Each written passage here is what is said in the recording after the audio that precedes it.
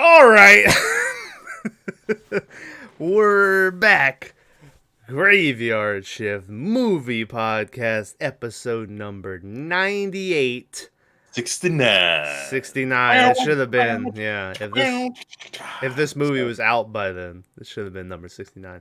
What did we do for number 69? Probably nothing that had anything horny related at all.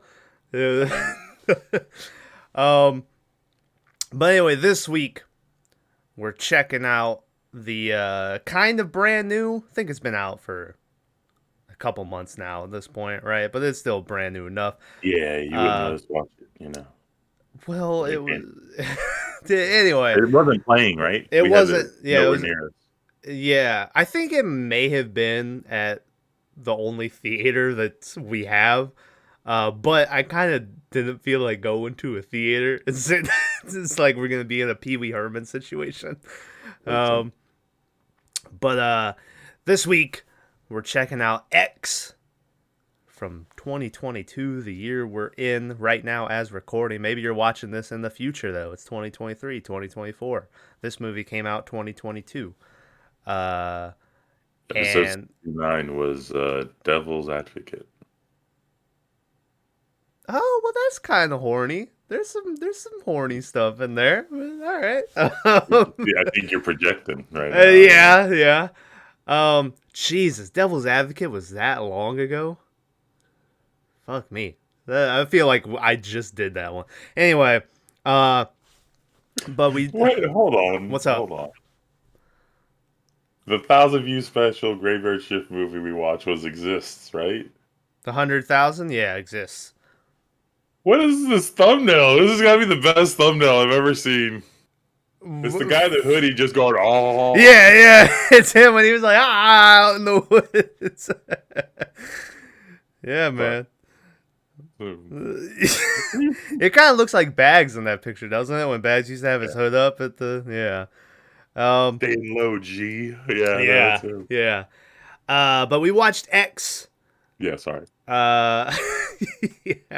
The brand new A24 film, which if you've followed the podcast to this point, I think it's fair to say that we're probably A24 I don't want to say fanboys, but when it has the A24 sticker on there, you're like, oh, The only movie, well, I didn't like the Adam Sandler stuff. Fuck you. And It Comes at Night, is that? It Comes at Night was one, yeah, that we didn't like. They've had a couple that they did that Moonlight movie. I didn't know they did. That was Oscar award winning. It was. I didn't like it. To be fair, it came right after I watched Fences. So, Man, we can't talk about Fences because no one's seen it. It's amazing. But I didn't like Moonlight. I didn't like Midsummer. And I didn't like that It Comes at Night. But I think every other one we've watched, I've liked it. Midsummer's all right. I don't think it's a movie made for you. I think it's more geared towards, more feminine folks. But maybe. Anyways, so the brand X. new, A24 movie, X, that there was a lot of buzz when this movie was coming out. It was a lot of people I follow were real excited about it. Almost every other review / podcast person that I follow or listen to really liked this movie, so I went into it with high hopes, and I liked it. I don't think I liked it as much as those other people, and as much as I think you're gonna really like this one. I don't know what your score is yet, but I'm gonna give it a 6.5. It's good. It wasn't as good as I went into it thinking it would be, but I still enjoyed it. I liked it. It's got some weirdly sad parts in it that you're like, I wasn't expecting this. It's got some subject matter that is hard hitting to I think a lot of people. So yeah, I like it. 6.5. That's what I'm gonna score this one. Tyler, what are you giving this one? So this is weird. Oh God, he's dying. Yeah. X got him. Mm-hmm. Um, so in the long term of things, like through all the movies we watched and everything else, Yeah. I would say this movie's like a solid 8. Uh-huh. For the movies we watched in like the last 6 months Yeah. or the last year or whatever, Uh-huh. I would have to say this is the best horror movie that's come out. I would give it a 10 for like, the last, I can't even think of what a good horror movie came out in like the last 3 or 4 years. Like Once Us and what's Jordan Peele's stuff. well, yeah. Well, if you're talking about just this year, Well, we're only like 4 months into well, this year, yeah. but This year I think the only one I would say that that new Scream movie was better than this movie. Which funny enough, one of the girls from Scream is in this movie. So I was excited to see her again, but not really because she was kind of the worst part of the new Scream movie. But but yeah, I think, but this is like my genre. Like this, I don't. Chainsaw Massacre isn't a genre of horror movie, but it should be, right? Like, what do you call that when it's like deranged country folks? Because like the Hills Have Eyes, kind of in yeah, that group. yeah. House at the End of the Street's kind of the same. This movie is a better Texas Chainsaw movie than the Texas Chainsaw The that one, came out this year. yeah. It. I mean, it was. I really liked it. There's Uh-huh. a lot of weird imagery in it. A lot of stuff that make you go, hmm. A lot of stuff that just makes you think, and everyone kind of had a cool story. I did enjoy the character. They didn't get a whole bunch of background, Well, um, but I did enjoy. Like we'll get into it, but everyone here just wants to live the American dream. They just want to, they want better make for it themselves. big and yeah, better for themselves. The one guy, the executive producer dude, has a line where he's like, "I don't want to have to wear a hard hat for the rest of my life to Yeah, make ends meet." And like it hits home because like no yeah. one wants to. Yeah, you're all Work the rest of their lives. yeah, Yeah, you're all looking for that your big shot, your big moment. So I enjoy that, and I and it. enjoy most of them. I throughout the movie, they're pretty kind-hearted to the older couple. Anytime that something's going on, um, like they're never cruel. I mean, to themselves, they'll whisper some stuff, like when they get there, which we'll talk about when the old guy comes out, like the Jackson, who's played by Kid Cudi, which I didn't realize until the movie was over. Is like, oh man, that's one ugly son of a bitch, But they're not like doing that to the people themselves. That's just what groups of Yeah, but friends, yeah, later on, right? He like answers the door butt ass naked, and the guy's like, "Help me find my wife." He's like, "I got you." Yeah, Like he's like so. super. It's He's like, yeah, I was hunting for landmines in the rice fields. I will help you find your fucking wife. Like he's, once a Marine, always a Marine. hoorah, whatever. Yeah, yeah. So it's like, and it's I don't know, and there's like a little. I mean, you know me, I read too much into everything, Mm-hmm. but there's like an undertone of like they're making porn, so it's like it's looked down upon, but to better themselves, and there's this whole undertone of like everyone does something bad to get out of their lifestyle, right? Like whether it's steal from poor or what, like I don't know. You can justify the means to getting yourself out, right? Because there's even that whole point later on where the girl's like, "I want to be in the movie," and they're like, "This is natural. Yeah, Everyone does this, blah blah blah." yeah. But there's a lot going on. It's a great film. I don't think. I mean, I ordered it. I don't know if you did. I bought it. Yeah, well, you already, yeah, but I ordered the Oh, the thing. Blu-ray. Yeah, I even ordered the soundtrack. You did. Um,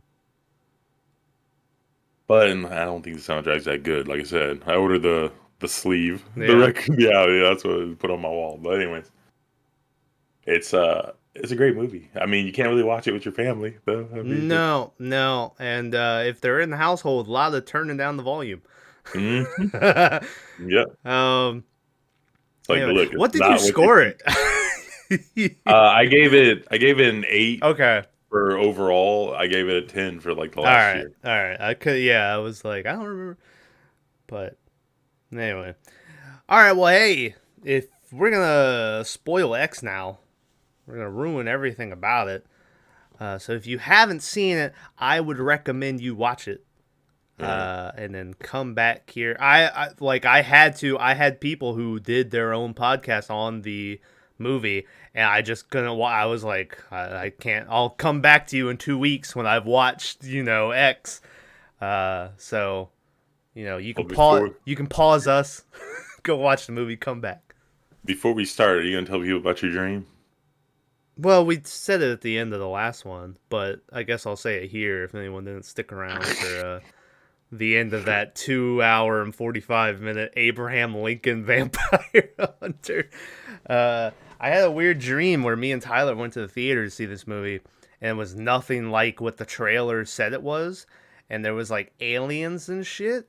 And then at the end, like this alien cream pied this chick, and that was like the end of the movie. And I stood up in front of the theater and was like, "We've all been lied to. Nothing that was promised to us was in that movie." And like people were just looking at me like I was real weird, and then I woke up, and that was my dream about this movie. Watching the movie, Tyler, no aliens. Yeah, nothing even supernatural at all, which I wondered going into it if they were gonna do a supernatural thing, because the trailer, like, it's a creepy granny or whatever, but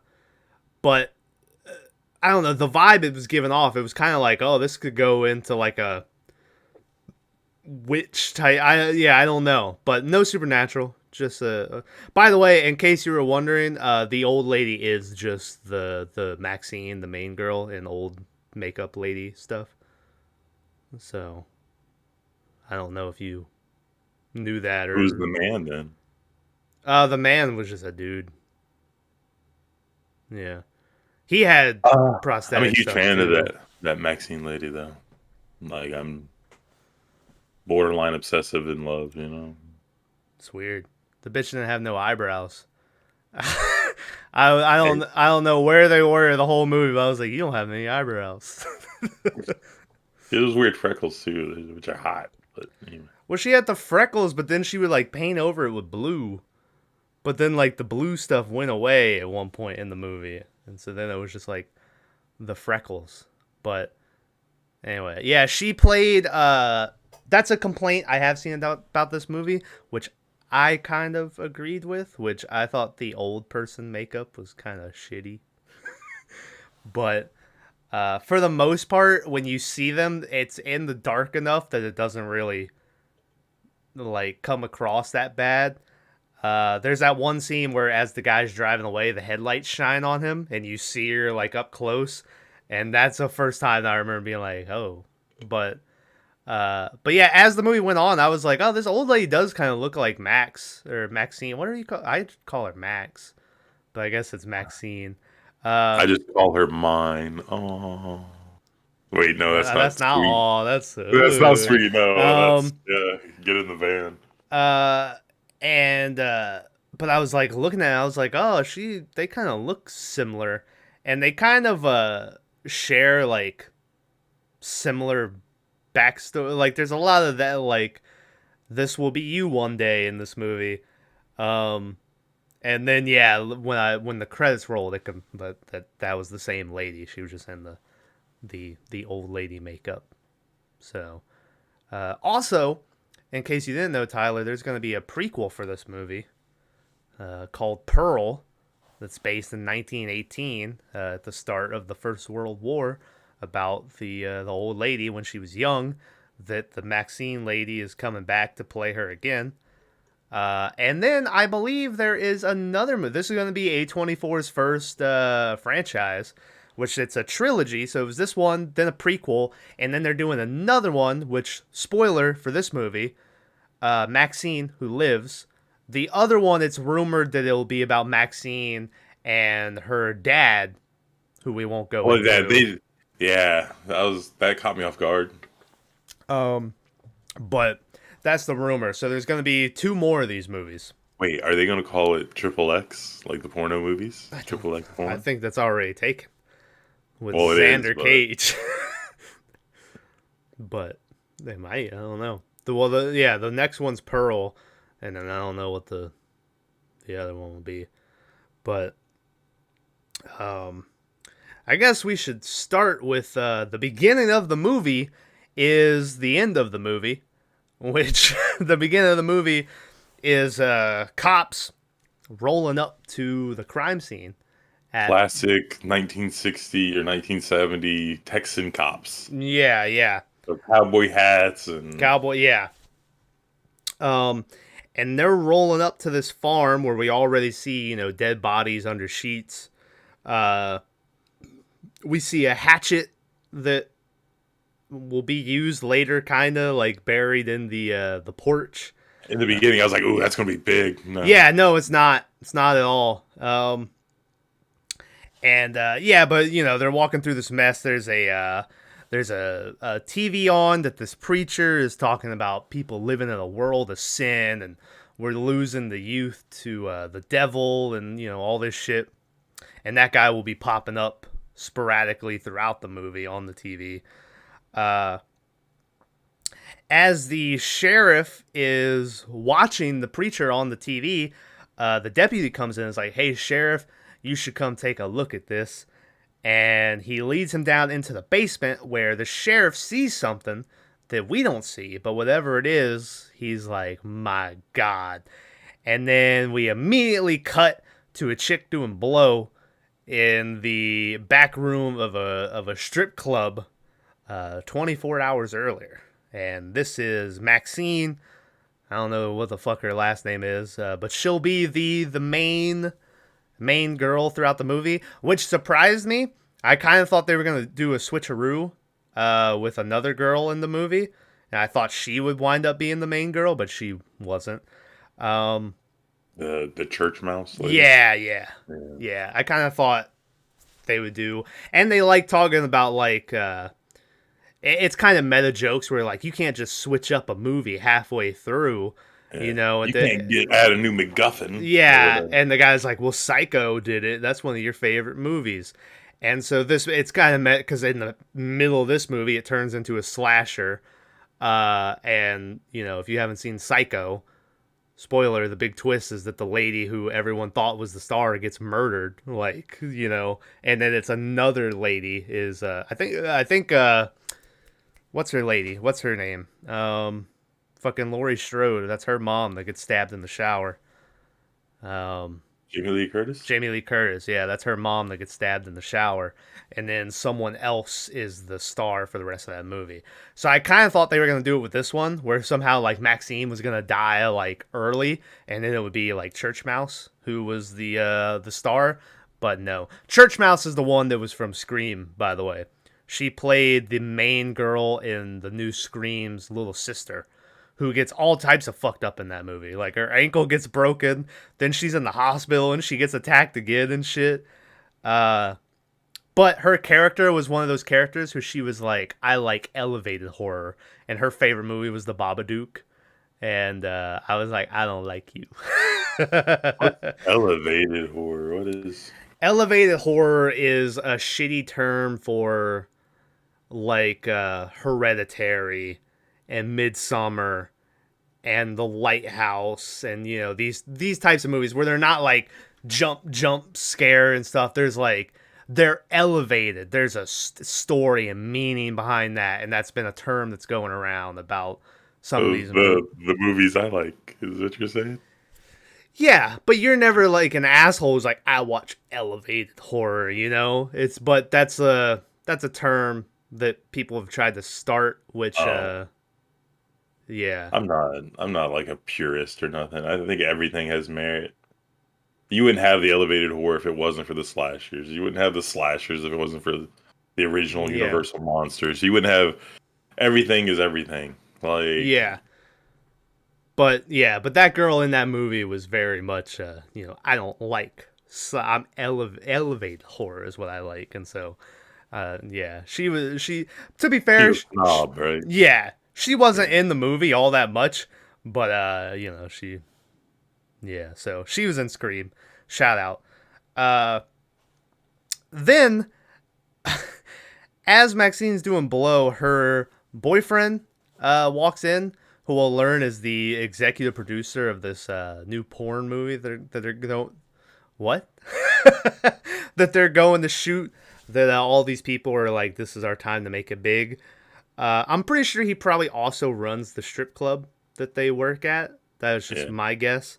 I mean, he had the keys for it and stuff. Yeah. I haven't watched the movie, but I did know that this guy was from Scream. Or not Scream. Fuck. The Ring. He's the boyfriend or Yeah, he's whatever, the right? boyfriend from The Ring. I'm going to say something right now All right. that's going to be contradictory Yeah. that no one would understand and no one hmm would probably, whatever. This guy, favorite character of the movie. He's pretty good. Yeah, he's one of my favorites. I mean, you watch this movie and you're, obviously the main character is a woman, Yeah, right? yeah. Max. And you're like, that's who you should be, whatever. No, I like this guy. Jackson was pretty cool too. Jackson was Like, cool as fuck. I imagined I'd be like, classic macho I, man but titties, yeah, but yeah, I was like, man, these guys are killing it. yeah. So, And spoiler, the way that Jackson gets killed, I didn't like because I didn't think it was realistic, and that it caught me, sounds caught me off guard completely. that But sounds ridiculous based off of how some other people die in this movie, but I just didn't think it was realistic how he got killed. Which I'll explain more. You could probably figure it out on your own, just from me saying that. But yeah, that dude is cool, and he pulls a John Cena Suicide Squad at one point in this movie, where he's just like walking around in his tidy whities and shit, dude, like the just tightest of ripped whiteys too. and stuff. And Yeah, he's like, what?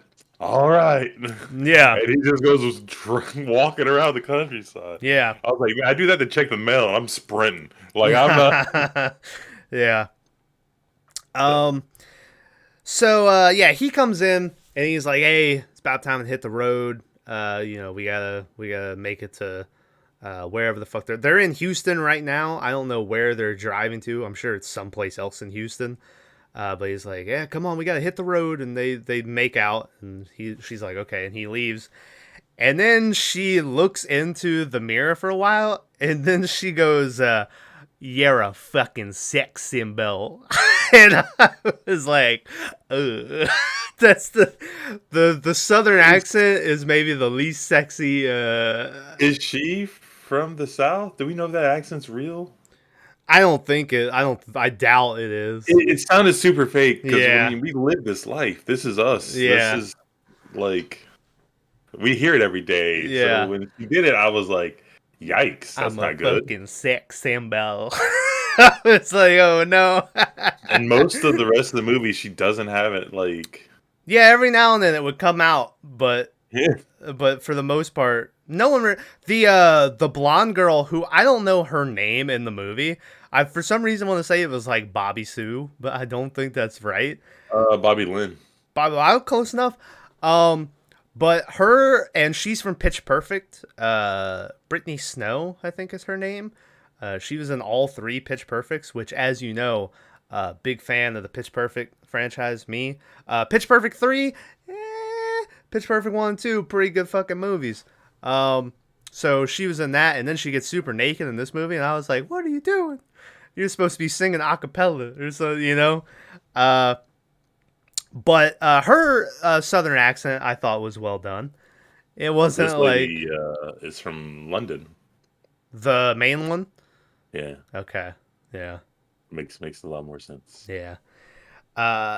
So says that she's a fucking sex symbol, and then they all come walking out of the club together. Like I said, the blonde girl, Bobby Lynn, her, the executive producer dude, and they load up into a van that on the side of it says plowing service, and I was like, ah. And then we see that we're in 1979. Which the years don't really matter in this movie, but they're just giving you context of where we are. Houston, Texas, 1979.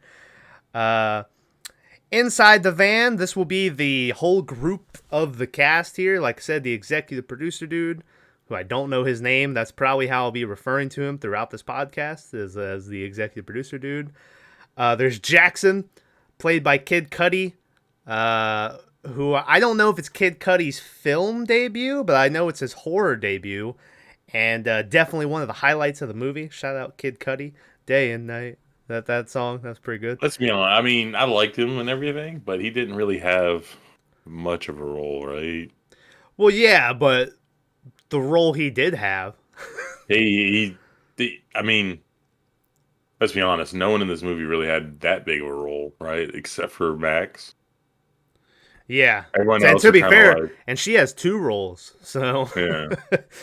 she But was really like, hogging it. he slayed in the things he did have. Yeah, yeah, I mean, it was a little stereotypical, whatever, but that's what this movie was supposed to be, right? yeah. So he nailed it. Um, yeah. So there's Jackson, then there's Bobby Lynn, the which I probably won't be calling her Bobby Lynn throughout I'll probably just call her the blonde because that's just easier. And then there's Church Mouse, who I don't know her name. I'll just call her Church Mouse, who, like I Yeah, Church said, Mouse. is from Scream. And oh god, excuse me. And her, who I thought was her husband, but then later in the movie, I think it might just be her boyfriend, RJ. Who, if I had to guess, I would say that these two met in like film school or something like that, because the RJ is a super big like film nerd, and his whole goal is to basically, this is breaking his foot into breaking his foot, that's not this is getting a foot in on the film industry, and he's thinking, if he can make a good dirty movie, that will get his name out there, and then he can go on to make real cinema. And his girlfriend is here basically just to kind of help him film. Like, I don't think she has any. And he wrote the fucking movie too. RJ did, so Yeah. he wrote the movie, and he's filming it. And the church mouse is here, like, hold the boom mic and shit. But they're here to make a movie called The Father's Daughters, which is a classic. I mean, The farmer's daughter. what? The farmer's daughter. Daughters. Yeah, but you said the father's. No, I said the farmers.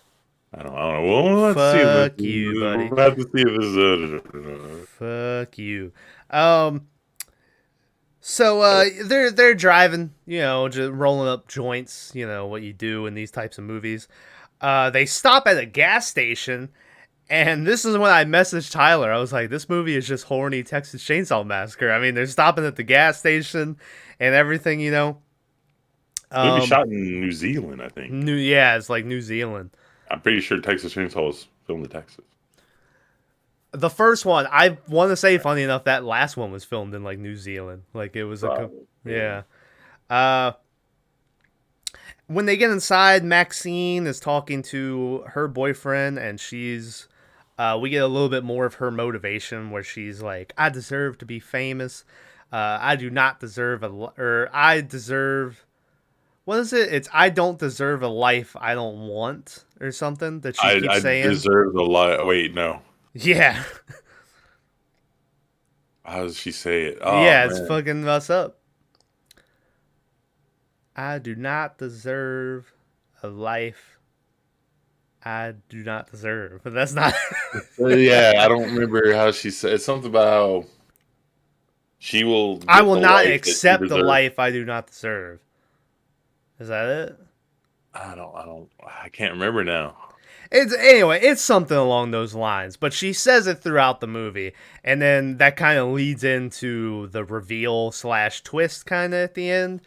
But yeah, and so that's her motivation. Is she just wants to make it big, and she thinks this is her way into getting, that's what everyone here wants to do. They just want to make this movie, and they want to make it as good as possible so they can all go on to live the American dream, as they put it, better lives.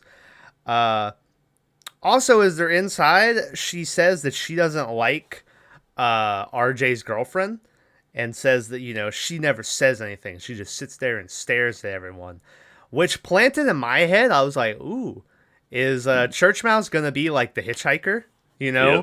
And it turns out that she's, but spoiled, no. They also, it goes immediately from her being like, she never says anything, to immediately cutting outside to where she's standing next to the blonde chick, and she's like, "Is Jackson your boyfriend?" Like immediately talking, like, yeah, and and or that's not how it's done. The blonde chick asked her, she's like, "Do you help, your boyfriend film all these movies?" And she's like, "Sometimes, yeah." And then she asks the blonde chick if Jackson is her boyfriend, and the blonde chick is like, "Sometimes, yeah," and kind of says the same line.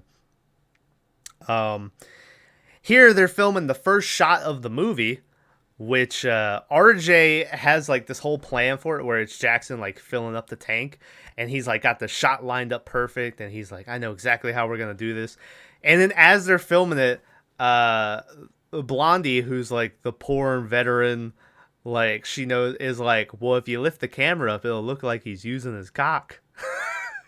So they lift it up, and then she's like, "See, told you." And also Jackson helps by like, he's like tilting his head back as he's filling up the tank and shit.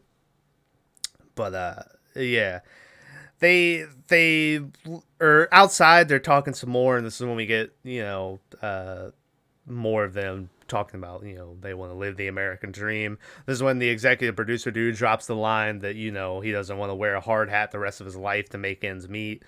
There's got to be a better life to it. They get back in the van. They drive some more, and then they get stuck in traffic because a fucking semi truck hit a cow. And the Maxine is like, I hate blood and guts," and she like turns her head. And all I could think about was the Halloween 2, the cow. And yeah, which that dude, I always forget that that's him, but that's the same dude who was in 3 from Hell, who replaced Captain Spaulding, and he was in fucking Mandy as the guy with the tiger and shit. Yeah, he was the engineer, the chemist. Yeah, and I always forget that that's him. That's the guy who's like, fuck, fuck, fuck, as like the other dude's dead next to him. And then Michael Myers decapitates him with a piece of glass. The Halloween 2, that Halloween 2, really shitty. Probably the goriest Halloween movie they ever made. Like, I can't think of another one that was gorier than that one. But anyway, still a piece of shit, though. And for some reason, Maverick liked that one better than the first one. That was just like kind of a remake with the kid and shit who kills the guy in the woods. Anyway, but you see, I don't know why I went off on Halloween 2 talk there, but I did. You see the dead cow.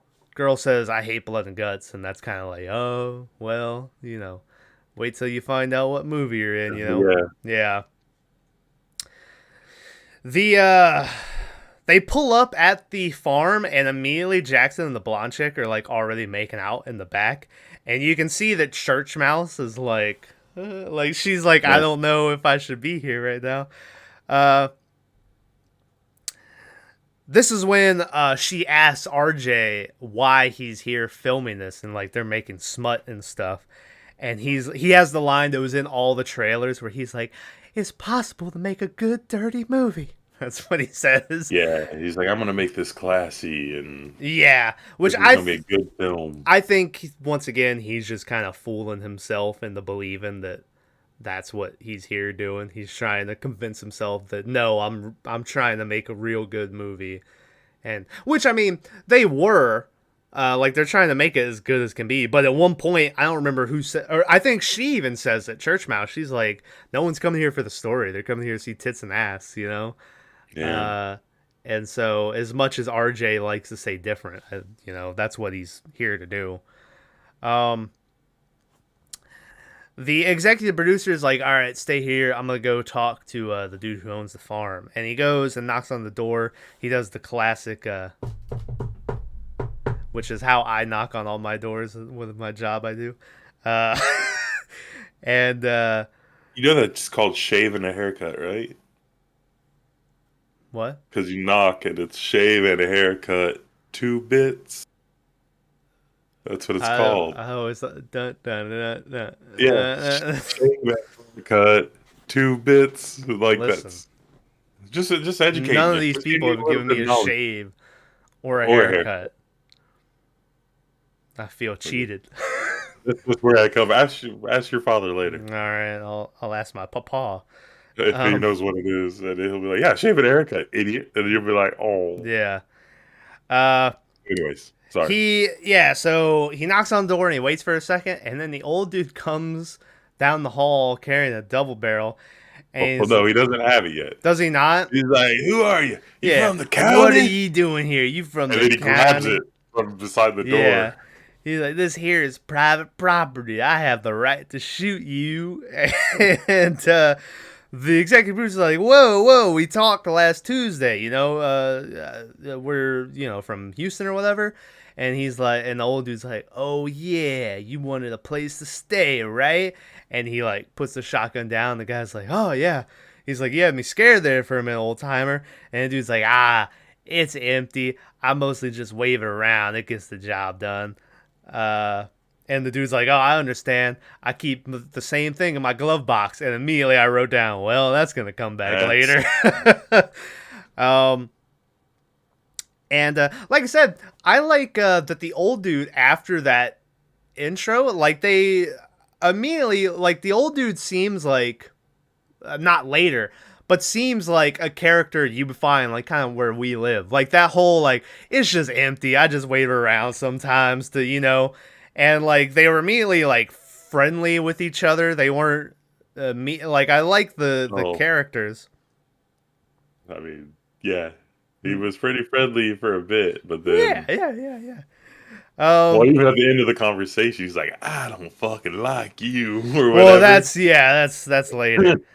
Um, So yeah, the dude's like, all right, it's over here. Let's go. They all start unloading the van. As they do, Maxine looks up at the upstairs, and she makes eye contact with the first time that we see her in this movie, Pearl, who's the old lady, and they kind of look at each other through the window. And it plays like the song that it plays a lot throughout this movie, where it's like, like it's like this uh, melodic kind of creepy woman humming singing type shit, and then Maxine eventually is like, all right, that's weird, closes the door and goes following them. The dude, the old dude, as they're walking across the field, turns into like me when it's too hot outside and I go to get like a package that's out by the mail. And I'm like, he's just leaning over and he's wheezing and coughing and shit. And the executive producer dude is like, you all right, old timer? And he's like, I'm fine. And he keeps walking. He brings them to this cabin type thing, which this was the most confusing cabin I've ever seen, because at some points it would look like it's like the living room and then like the 2 or 3 bedrooms or whatever, and it looked like the small place. And then there's parts where it looks like it's huge, like the hallway's real Yeah, long. And I don't know if it was just how they were filming or if they switched buildings for some of the shots that they were doing. But yeah, the layout of this cabin kept confusing me. When he gets everyone inside, I thought that he said the old guy, whose name is Howard. I thought that Howard said that he served in the Civil War, and I was like, "What the fuck?" But I guess I'm because he served in the World War, and we'll learn later he was even in both World Wars, but he never saw any combat. Uh, and he said the building was built in the Civil War. oh, okay, that's how I. All right, misunderstood that. But he says he never served any or saw any combat, and he asked the producer, dude, he's like, "Did you serve?" And the guy's like, "Nah, flat feet." Which I always heard if you have flat feet, like the Marines or what, you can't get into the military. I don't know if that's a thing really. But That's why I didn't get to go. oh yeah, Hmm. but yeah, I've always heard that. Um, and this is when Jackson, who's sitting on the couch and rolling up a joint, is like, "I served 2 tours in South Vietnam in the rice paddies and all that shit." And then he has a line where he's like, "I've had enough farmers shooting at me to last me a lifetime, and he kind of looks at the guy because the guy came out the door holding the shotgun and stuff.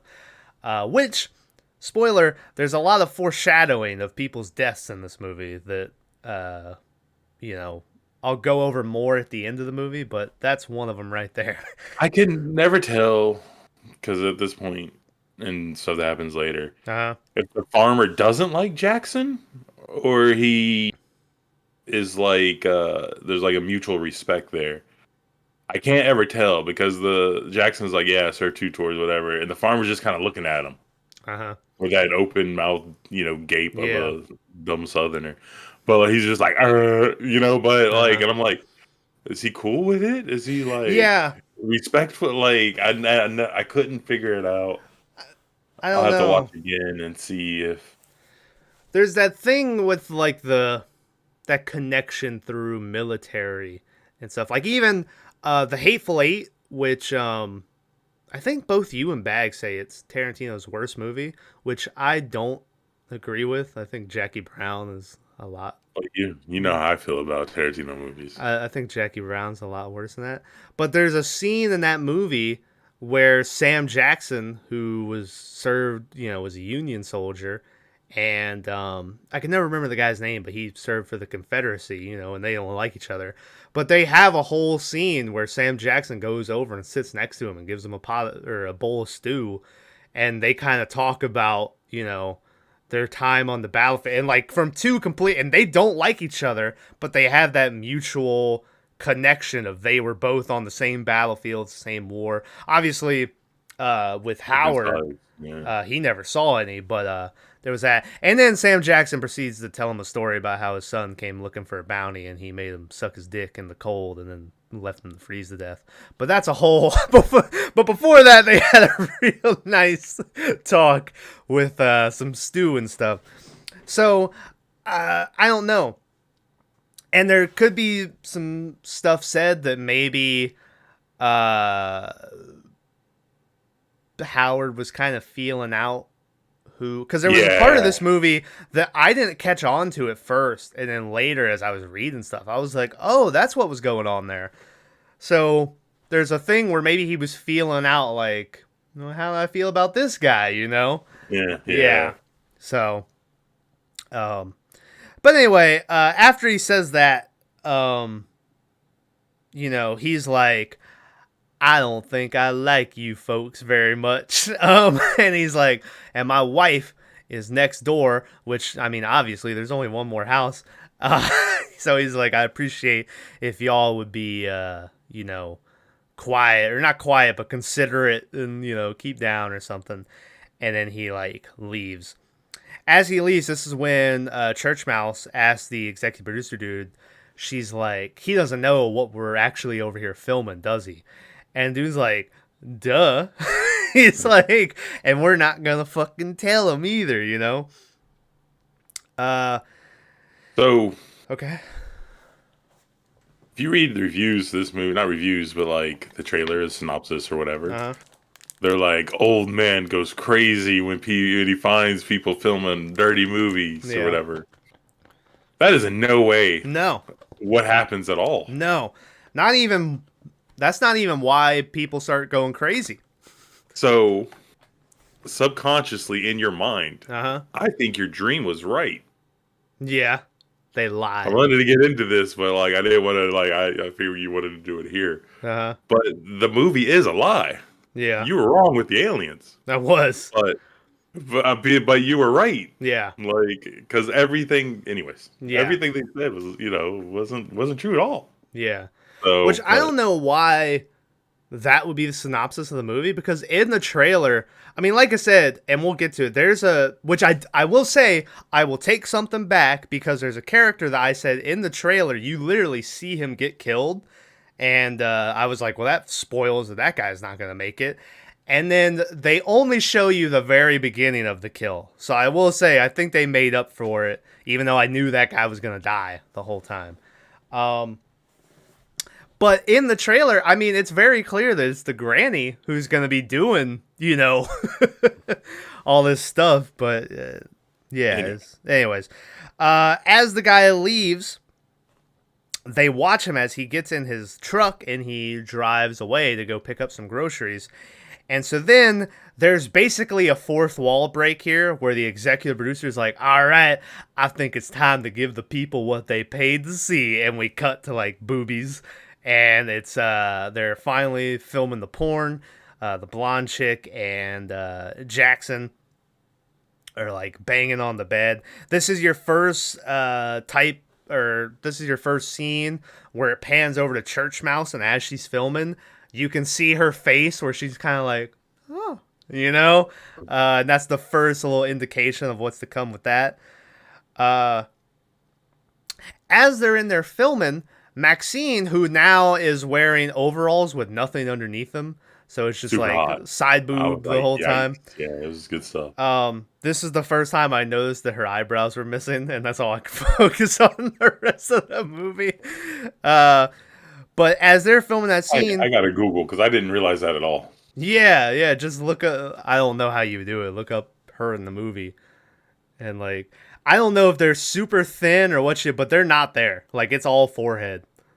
As they're filming that scene, she goes on a walk down this path till eventually she comes to this creek, and she's like sitting on the dock, or she's standing on the dock, and she takes off her boots to then sit down. And as she sits down, there's a great shot where she sits down, and you can just make out like the gray hair of the granny who's followed her down here, and you see her for a second, like sneaking up, like all creepy looking, to watch her. Maxine sits on. Yeah, she has eyebrows, by the way, 100%. Not that I saw. Maxine sits on the end of the dock and like sticks her foot in the water. And then it's real good because she picks it back up and it's got like that swamp slime on it. But I guess it's clean enough for her to then strip naked and jump into the water and go skinny dipping. Meanwhile, the granny is still watching all this happen. Back at the cabin, they just finished filming the scene, and I mentioned this just because there's a line where the executive producer pulls RJ to the side, and he's like, man, we're gonna be so fucking rich, feel how hard my cock is. And he grabs his hand and makes him like hold it, and RJ doesn't look disgusted or repulsed at all. He just feels it and he goes, oh. He looks so happy. And yeah, so that was a funny scene. Then right after that, Blondie is wiping some jizz off of her, like the side of her ass or like her thigh, and she like wipes it off with a towel and then throws it, and it almost hits Church Mouse. And she's like, "Oh, sorry about that, honey." As that's happening, they look over, and Jackson is standing at the window naked, and he's just like fists on his hips, looking out. And she's like, "You don't need to be standing over there acting so proud and shit." And he's like, "Listen, you're a good actor, but you ain't that good. I was killing it." And so then she proceeds to start like moaning and doing the same moans and shit to be like, "See, I was just acting." And Jackson comes over and he's like, "I think I love you." And it's a complex relationship those two got going on, but I dig them. Also, they make a good duet band later. We'll get into that. This is when one of my favorite parts of the movie happens, which came out of nowhere. And I don't know if we've ever seen a scene like this in a movie we've watched so far, where the chick is just floating on the surface of the water, and then it cuts over and we just see an alligator head, like, sitting there. And you're like, oh, what's going on, you know? And then you get a top-down drone shot of the lady start to swim back to the dock. And as she does that, out of the frame comes swimming the giant-ass alligator. And it was so, like, it's such a great shot of the alligator swimming. And then they even... Suspense was built. Oh, my God. Yeah. I was like trying to time them in my mind, and I was like looking at the distance and stuff. When they do the one where it cuts to the camera's on the dock and you see her and you see the alligator's head behind her coming, it was so good. And I was thinking as I was watching, I was like, I don't know if we've ever watched a movie where the horror doesn't come from any like a killer or anything supernatural. It's just like there's we haven't watched Jaws yet. I would count Jaws as like that. But it was just like, this is just nature. This is just an alligator swimming after her. Maybe the closest we got was It Follows. Yeah, maybe, but I mean that was that's different, right? Yeah. But it was good. It was good. It was really good. And then they even like build up more because she gets to the dock and you're like, oh, but then she stops for a minute to like rest her arms on the dock and the alligator like disappears because it's so close you can't see it anymore. And then she gets up on the dock and you're like, holy shit. And it immediately cuts. So you don't like, yeah. It's so good. This is like, that's good filmmaking, right? That was like, really good. All that is, there's no acting, no nothing. It was like, hey, swim. Yeah. What? Yeah, just swim. Yeah. And they're like, what's my lines? I said fucking swim. Yeah. You know, like. Meanwhile, they're like, you better hurry up. And they're unleashing like the real alligator. But yeah, so she comes back to the cabin. And when she gets outside of the cabin, she looks over and we see the granny who's standing there at the edge of her house. And she's like waving and it's playing that music again. This was going to be a reference that would have worked better when Maverick was here because I know he's seen the episode. And you haven't, or maybe you have, but I think I've mentioned it before and you didn't have any idea what the fuck it was.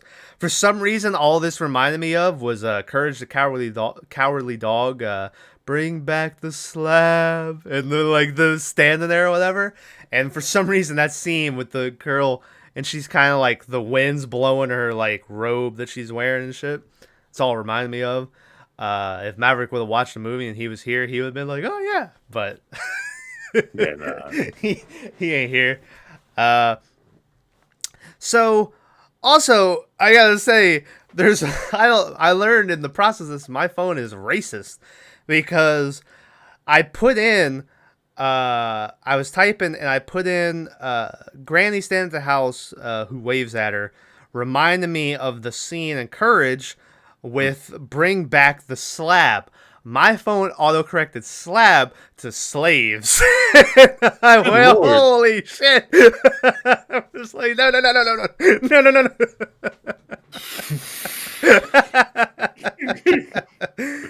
So, yeah. I think you're like, not again. Not again. This happens every time. So watch out for that. If you're ever sending an email with slab on your phone, make sure you check before you send it. And don't. What? You just said don't and then nothing else. Oh. Nah, I mean, anyways. All right. So since the granny... I lost my thought. Okay. Since the granny waves at her, I guess she's like, well, I'll go over and say hello, you know? So, she goes walking into the house, and she's just like, hello? Once again, straight... Pause. What's up? Because you're missing what is it called? Simultaneously, it's mocking the movie that they're making. Because he gets to the house, and then Jackson gets to the house in the porno movie, and he's like, my car broke down, and then it shows her, and she's like, hello, and like the same thing's happening, and it gives you a glimpse of what's to come, but you don't know that at the time because you're like, what? Also, when they get to blows my mind. Yeah, so good, so good. When they get to the lemonade scene, it's the same thing happening in the porn movie, but there's two very different feelings in the air. The lemonade scene. It's so good. Anyways, sorry. She goes walking in, and I swear to God, they just straight up even use the same shot that they use for Texas Chainsaw, where when the guy walks into the house and he's like, "Hello, anyone in here?" and it's like the shot from like the kitchen door. And I swear it's the same exact shot. I was like, this is Texas. Texas. There's also, once again, written down in my notes, this bitch ain't got no eyebrows. she kind of goes looking around. She gets in the kitchen and there's all these dirty dishes and shit. Uh, and she's like, "Oh, what the fuck is this?" And then it cuts to where you see behind her, and the granny is standing in the doorway, and she's like, "Would you like some lemonade?" And the girl's like, "Oh shit." Uh, this is when I say they sit down and they both have their lemonade. And meanwhile, it cuts to the porn movie with the blonde girl and Jackson sitting there, and they have their lemonade, and it's like real jolly, and they're just leading up Yeah. to them banging. And meanwhile, it cuts back to them, and the girl's like holding her lemonade, and then she's just like chugging it to down the cup in one gulp. So she's like, "All right, I should be leaving now," you know. Uh, so she tries to leave. But as Pearl leads her out of the house, she stops to look at an old picture of herself and Howard, her husband, right before he left for World War One. This is when she drops the line that he served in both World Wars, which I think is the first time you heard that. She says that, she was beautiful back then and he would have done anything to have her back then. And she's like, that's the power of beauty. And as she says that, she looks over to Maxine and takes her hand and kind of just rubs up against her side. And Maxine's like, what are you doing? And she's like, and as that happens, the husband pulls back up. And so Pearl is like, shh, it'll be our little secret. And Maxine is like, what is? She's like, I have no idea what the... And Pearl's like, all right, you need to get out of here, So Maxine kind of slips around the back and she runs back towards the cabin. Can I bring up something here that's going to be might get us in trouble? Okay. Why is it girls run like that?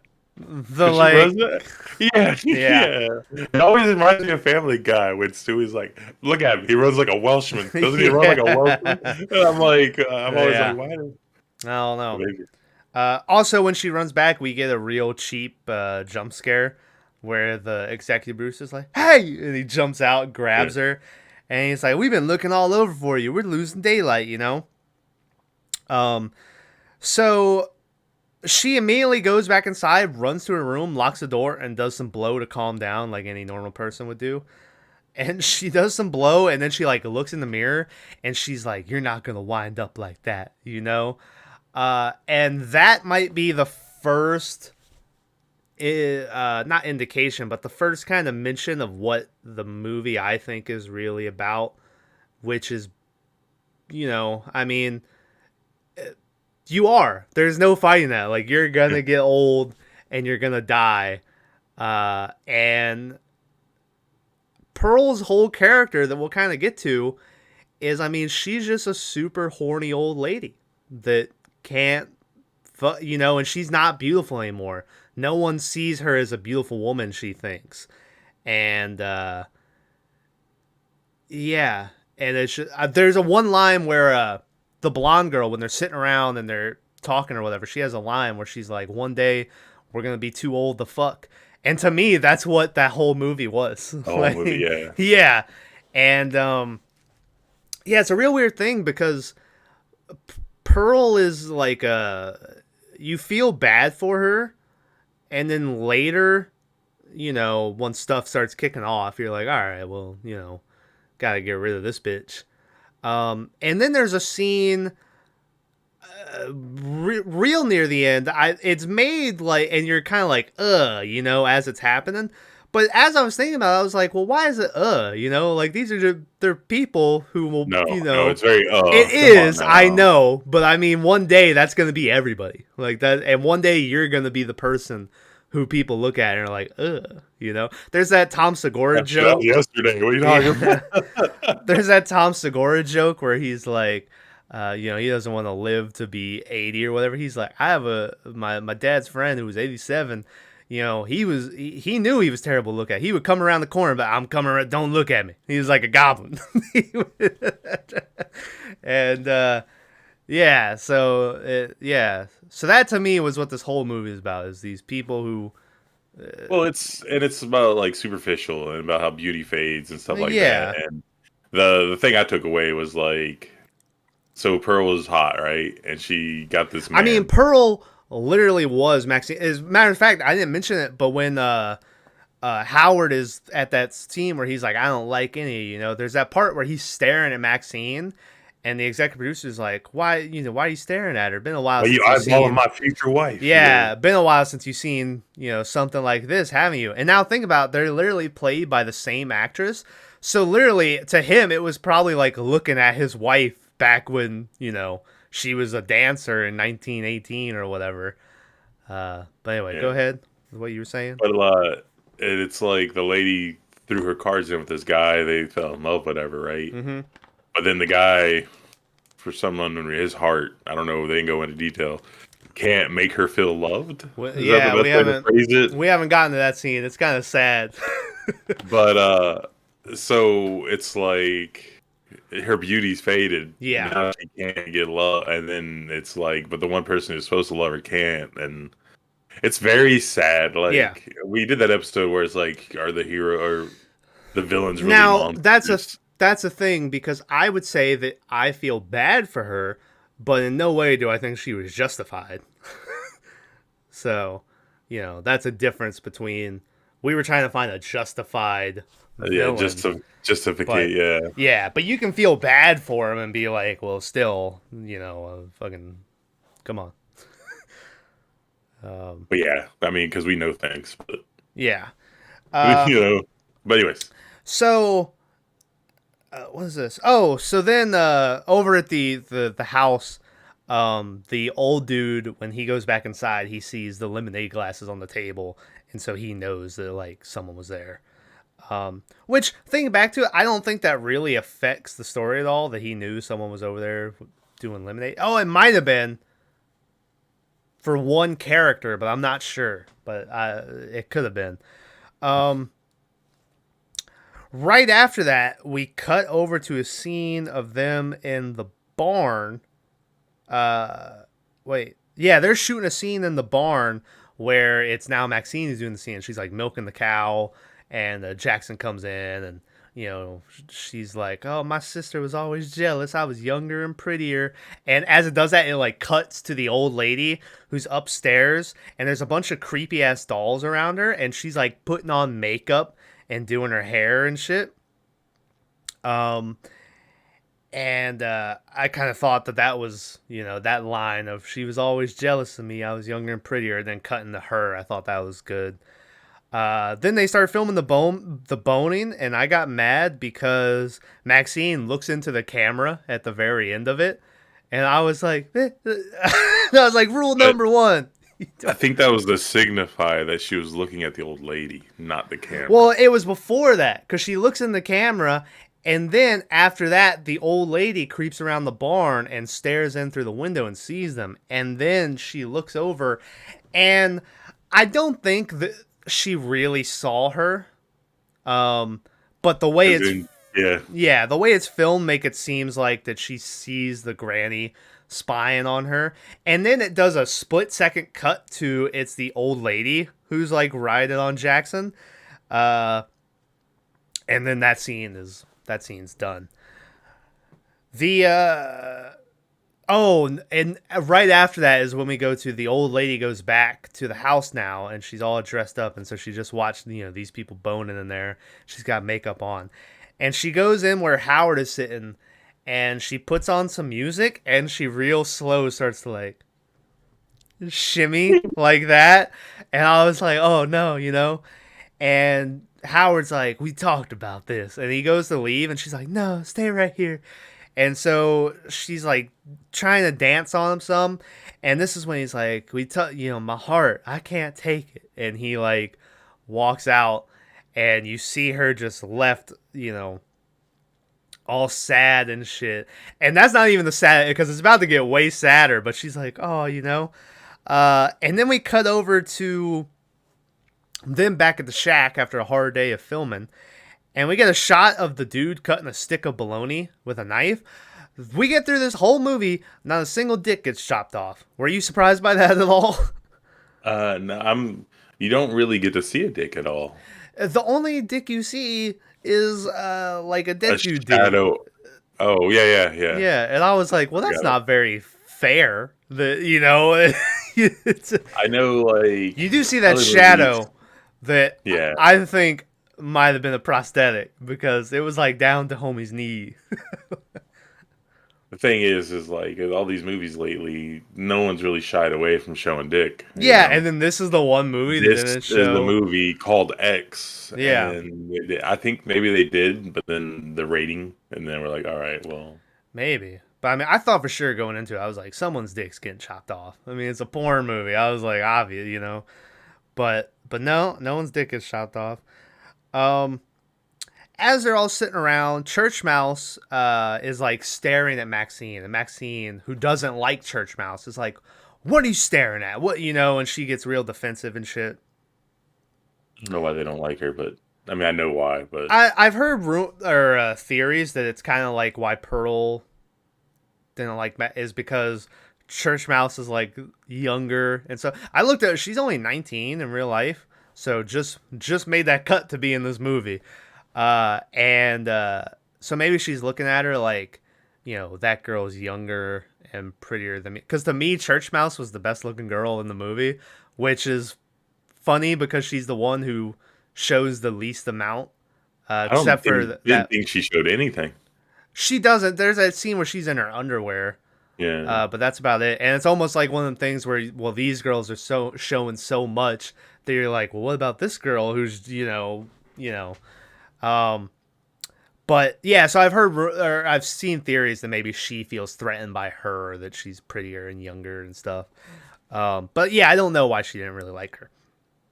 So Church Mouse is like, nothing, she's like, I just had a question. She was like, I was just wondering how you can watch her have sex with him, talking to the executive producer about Maxine sleeping with or fucking Jackson in the film.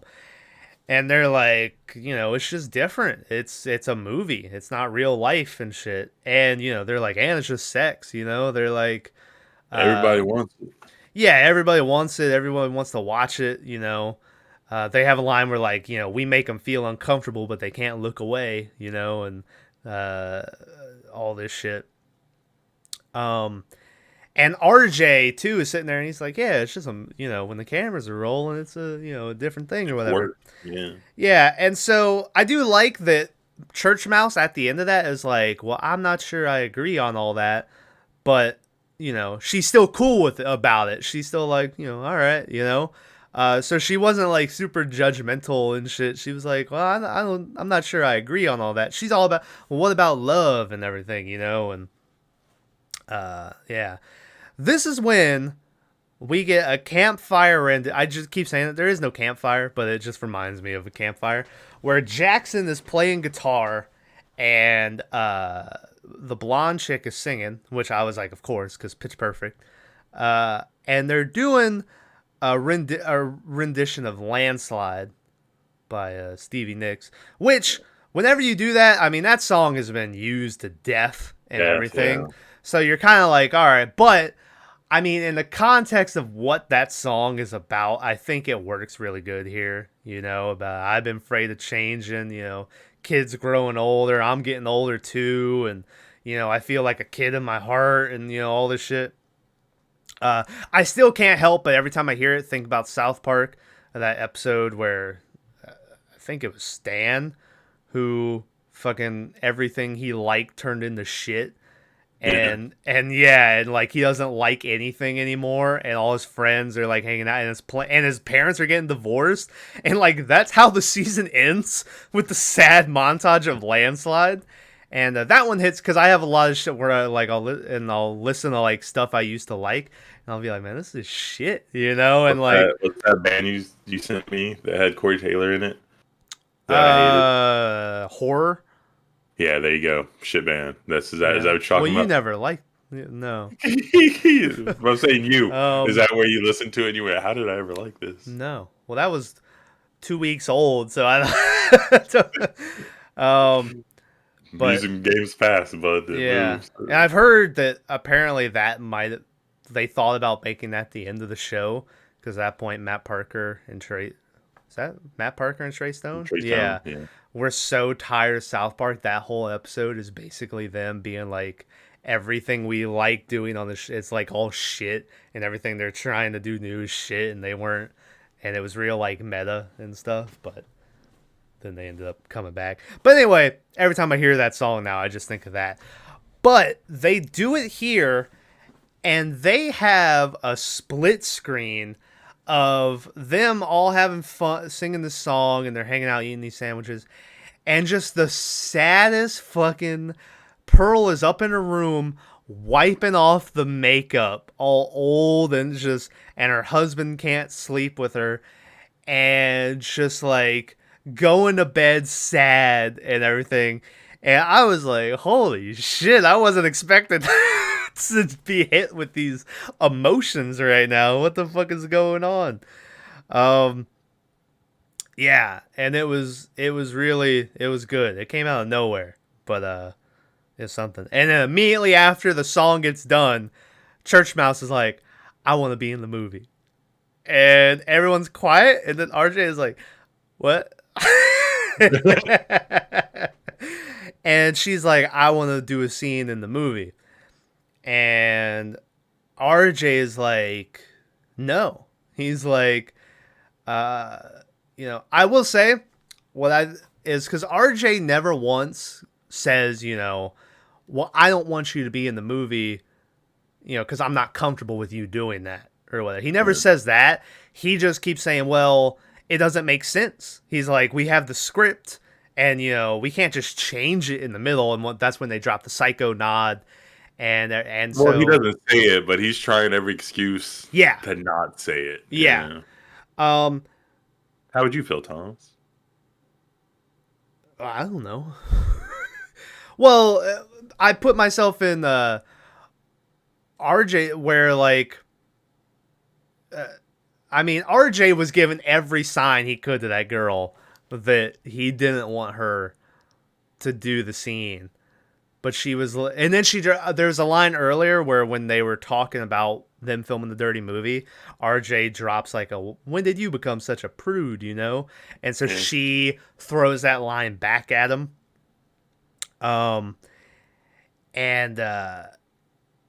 And yeah, so then the executive producer is like, all right, well, I'm the producer on this movie, so I get a say. So, he takes RJ outside, and RJ's like, listen, you got to back me up on this, man, and the producer dude is like, listen, if she doesn't do it here, she's going to go do it with, the other guys and, all this stuff. And RJ then is like, listen, she's not like those other girls, okay? She's a good girl and stuff. And the dude is like, what the fuck do you mean by that? Because his girlfriend is the other girl. Beyonce. Yeah, and he's like, I didn't mean, I just mean that, she, she's innocent. And the dude is like, listen, ain't none of them girls in there innocent. He said no girl. No girl is innocent. And it's the realest shit I've ever heard someone say. Yeah. Like, don't get me wrong, I'm sure feminists and stuff out there are like, how dare you? But that guy was like, listen, there's not a woman in the world that, whatever. And I was like, this is truth. This guy is giving legit facts. And, Yeah, well, yeah. I mean, the another thing in the whole movie is like girls are just as horned up as dudes. I mean, the granny, I mean, she's just this horned up granny, and that's like kind of her whole character. She's just but yeah, so then we go back inside and we get the saddest fucking, like, they hand RJ the camera, and Church Mouse is in like her underwear and Jackson's laying on the bed.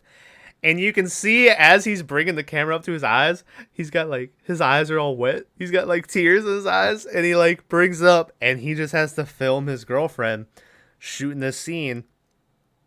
And then we immediately cut to him crying in the shower alone. And I will say though, I thought dude was a terrible fake crier. Like I didn't like the crying. He's like, ah, ah, ah. Like it was. I don't know. I don't like That's how it. you cry though. No, no, no, no, no. But yeah, so he cries in the shower, and then basically he just decides he's gonna take off. He's like, good luck them filming this shit without me and finding their way out of here. And he takes the keys and he's just gonna leave. That's when I was like, I thought those two were married, but I think they were just, dating or whatever now. Um, so he gets in the van, starts it up, and as soon as he starts it up, the radio's on and it's playing "Don't Fear the Reaper," and you're like, well, you know. And so he drives and he turns to go on the road to get out, and the granny is standing right at the gate, and he's like, "Oh shit!" So he gets out and he goes over and he's just like checking on her. He's like, "Oh, are you lost?" Uh, all this shit. He's like, "You don't look banged up or anything." Uh, and then she grabs him and basically starts coming on to him. She starts like kissing his neck and she's like holding him and shit. And RJ, he doesn't like push her off and he's like, ew, gross, He just pushes her off, or he doesn't even push her. He holds her back and he's like, why'd you do that? He's like, we need to go find your husband. I think like he was like, oh, she's confused. She doesn't know who she's, here with right now. And then, he gets stabbed in the neck by the granny, which was in every trailer. That was the character. Like I knew going in, like that's how he got killed, was because I saw him get stabbed in the neck in every trailer. Yeah, I couldn't help but wonder, do you think he could have lived if he would have banged that chick?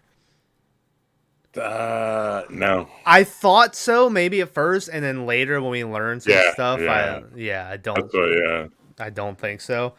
But he gets He would have stabbed. lived longer. Yeah, yeah. He gets stabbed in the neck, and he goes sort of walking over, and he falls down in front of the van. And this is when I say I think they kind of made up for just spoiling that dude was going to get stabbed in the neck, because she goes over and straddles him and takes out the knife, and she just proceeds to just keep stabbing him over and over again in the neck, to the point where they showed at one point, and it's just like hamburger meat. Like it's just I'm pretty sure he's decapitated by the time they're done. Like it's just nothing there. And she's like kind of like grinding on him at the same time. She's doing that. Blood splatters on the light, so then it's all tinted red. And she starts doing this like this growling type of, like, it was crazy. Yeah, and she stabs the shit out of him. And so then she gets up and she takes the keys out of the van. So you're immediately like, uh-oh, because now they don't have a ride out of here. This is when it cuts back over to the cabin, and Church Mouse just woke up. And as she's like walking around the cabin looking for RJ, I was like, well, now this place looks fucking huge. Just a minute ago, it looked, yeah. So she goes walking around, and she goes walking outside, and she's looking for RJ. And this is when the executive producer dude comes up and wearing his whitey tighties, and he's like, "What are you doing out here?" And she's like, "I'm looking for RJ. I don't know where he is." And then she's like, "I hope I didn't make him upset. I don't want to break up." And I was like, "I think you should have caught on to the clues, lady. If you didn't, And so the executive producer is like, "Well, the van's still here, so he must be here." And so she's like, "Listen, can you come help me?" And he's like, I guess, So, he goes walking with her, and he goes into the barn where they were filming that scene earlier to look for him. And she goes and walks over towards the main house. As she's by the house, Howard comes out and is like, "What are you doing out here?" And she's like, "I'm looking for my boyfriend. I don't know where he is." And then he says, "Well, I'm looking for my wife. I don't know where she is." So then he's like, well, come inside for a second. As that happens, it cuts back over to the barn, and I thought about you immediately because we get a scene where you see him walking into the barn, and then it pans down until we're eye level with a board with a nail sticking up right there, and the guy, you see him getting closer, and Did you see in chat where I went, "Fuck this, oh, and you minus put the 8"? 8, yeah. Yeah, yeah, that's that. This is exactly. This Oh, literally, it was so I thought he was gonna step over it, like it was gonna do the fake out, like he didn't step on it, and then like later he would step on it. This is live, Tyler. I'm doing voice to speech on my notes, right? This is live. I go, oh no, producer dude is walking in barn, and we get a close up shot of a board with nails. Oh no, he just stood on it. That's live, my voice. I don't know if they use a real foot, not a real foot, but like a real fake foot. Uh-huh. If that makes sense. Because you could see the nail like poke up through the Yeah. skin on the foot, and that, Yeah. It if y'all don't know, that's a big thing for me. Oh man. Yeah. So he pulls his foot off the board. Blood and stuff's everywhere, and he's laying there. He's like, "Oh shit!" He's like, "RJ, are you out there? I don't want to get tetanus from this shit." and, and so his foot's all fucked up, and then he goes over, and there's like, Well, he sees movement or whatever. okay, yeah, and he goes, and there's 3 holes, like kind of, that he has to kneel down to look through. And as I'm looking at it, I'm like, those are perfect, like pitchfork level hole. And then sure enough, you see like a shadow walk by, and then the pitchfork just and sticks into his eyes. And we cut over to Church Mouse in the house again. I was like, oh, well, that was kind of lame. They just, stick him in the eyes like that. The old dude tells her that, his wife isn't feeling well, and he's afraid that she might have hurt her hip and stuff like that. So he makes her go in the basement to get something. What did he make her go down there to get? The flashlight. Okay. So she goes down in the basement, and when she gets there, there's a light, and as she pulls the cord, it immediately cuts back to the pitchfork being pulled out of that guy's face, and his eyes popping out with the pitchfork, and you can see him laying on the ground and shit. That death was foreshadowed earlier when RJ was talking about the movie, and he was like, people's eyes are going to pop out when they see this. And he's telling that to, the dude. And so that's how that death was a little foreshadowed. Then Pearl comes walking in with the pitchfork, and she goes over, and she's just like, "Da." And she gives him one little extra tap in the back to make sure. And then she starts burying him with hay. So that's good. We cut back to Church Mouse, who's in the basement, and we get this slow melodic scene where she's like creeping in the dark basement, and you're like, what's gonna happen, But then nothing. She gets the flashlight, and she's like, got it, and she goes like walking back. But as she gets back up to the stairs, we see that the door has been bolt locked from the other side, and so now she's stuck in the basement.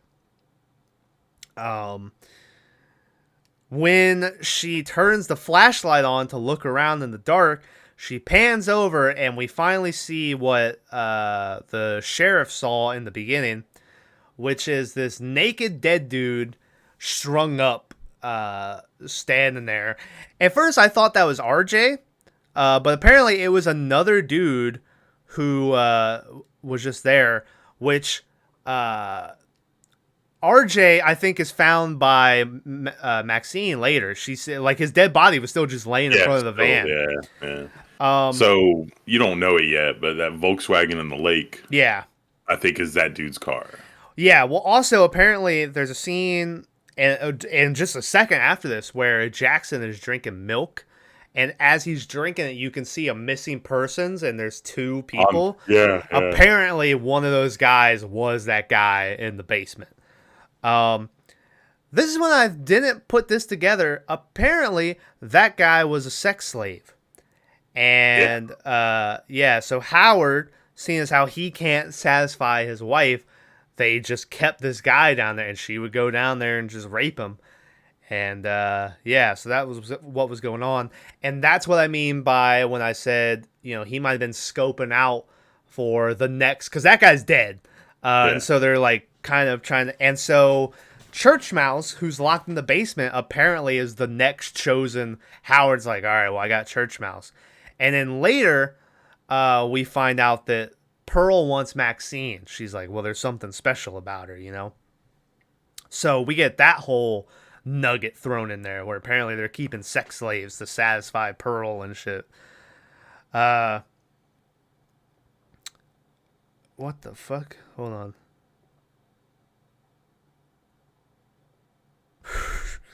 I'm trying to decipher what this note is. Sometimes text to speech.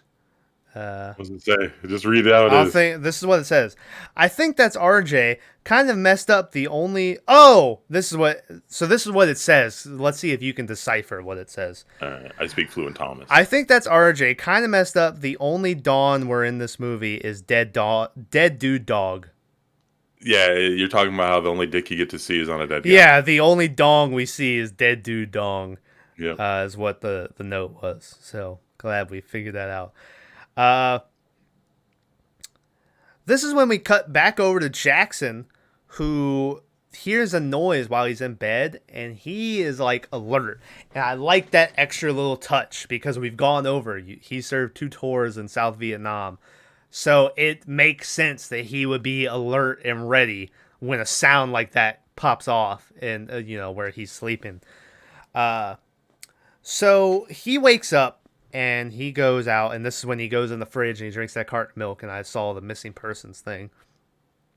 And as he does that, he looks over and he sees the old guy walking towards the cabin with a shotgun. So he goes and opens up the door, and he's like, hey. but that's naked. Yeah, this is when, that's the silhouetted dong we see. And like I said, it's like just hanging down. It's like, and he's like, what are you doing out here? And the guy's like, oh, my wife's missing. I'm looking for her, And the guy's like, well, that's an awful lot of firepower for looking for, a missing wife. And I don't know, what did the guy say? That there was like foxes or Alligators. something? Alligators? Okay. And he's like, seen a couple out here, Mm. And so then, not even asked, this is when Jackson's like, well, you want some help? And he volunteers to come help the guy look for his wife. So he goes and gets dressed, and he goes and leaves to go help the guy. As he does that, we see a first-person point of view watching him leave out of the house, and then it creeps into Maxine's bedroom, and then we see that it's Pearl, the old lady. And she like pulls down the sheet so she can see like Maxine's ass, and she's like perving out on her. And then she gets naked and gets into bed with her. And just starts like rubbing her body. And she's got like the bloody hand, so it's like leaving blood prints and shit. And she starts like caressing her neck and stuff. And you can hear like Maxine, because she's like asleep, but she's like, And so that's going on. We cut back over to Jackson and them, who are out in like the fucking swamps and looking for the wife. Jackson goes like off in one direction and is looking for her. And this is when he finds that submerged beetle. Allah, once again, they mentioned Psycho. There's a thing in Psycho with the buried, the car that they put in the water and shit. I mean, there's the junkyard, graveyard. Yeah, in Texas Chainsaw too. Like, yeah. That's how that car went. Oh. Yeah. So he sees that, and then across the lake, he sees a flashlight moving around. But they never, like, who is that supposed to be? They never come back. That's the old man. Was it? And, but he goes backwards to get to the old man. I think he goes back to go around the lake. Oh, maybe. And then the flashlight, he sets up the trap, It's the only way I could think of, Yeah, because he goes to look for the old guy, and he sees the flashlight, like, he's in the water at this point, and so he goes walking over, and when he gets there, it's just a flashlight on top of the water. And once again, I like how worried Jackson was about the guy. He's like, oh shit. He's like, where are you, old? You know, he's digging through the water trying to find him. Um, so he's looking for him. We cut back over to the basement. Jesus. I got hair in my mouth. Cuts back over to the basement with Church Mouse, who is looking around for something. And this is when she picks up that hatchet that I said we saw at the beginning. And I was like, oh shit, that's the hatchet. We cut back to Jackson looking for the guy. But then the old dude ends up just standing there on like the land. And Jackson walks over to him and he's like, oh, you were over there. And this is when the old dude completely flips switches, where he's like, I know you've been enticing my wife. And, all this shit. And this is when I thinking about it now. I didn't think about it when we watched the movie, but as I was saying it, those lemonade glasses that I said didn't really ever come back. Maybe he thought that Jackson was the one having lemonade with her. Yeah. And I just when we were talking about it, I was like, oh, maybe that's what was happening. So, yeah, he's like, you've been enticing my wife. I don't like, what you guys are doing.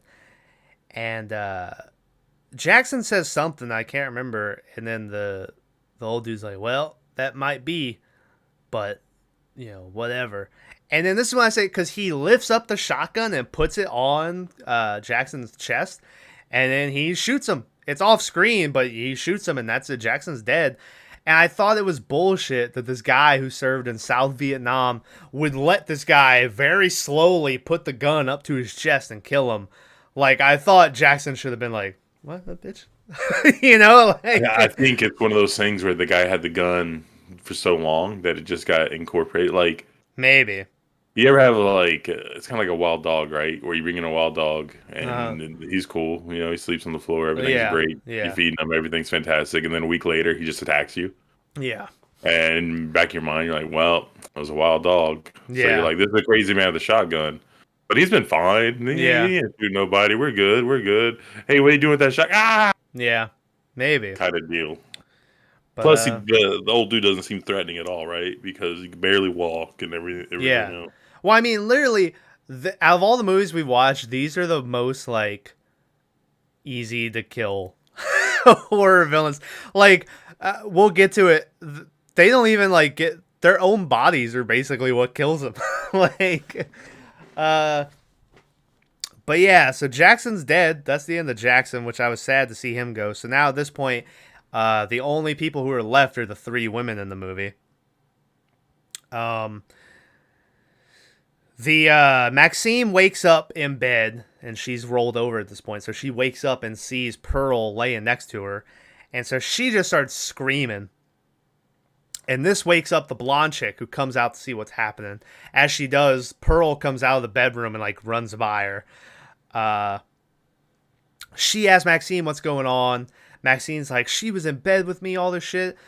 She then starts to do more coke to calm down once again.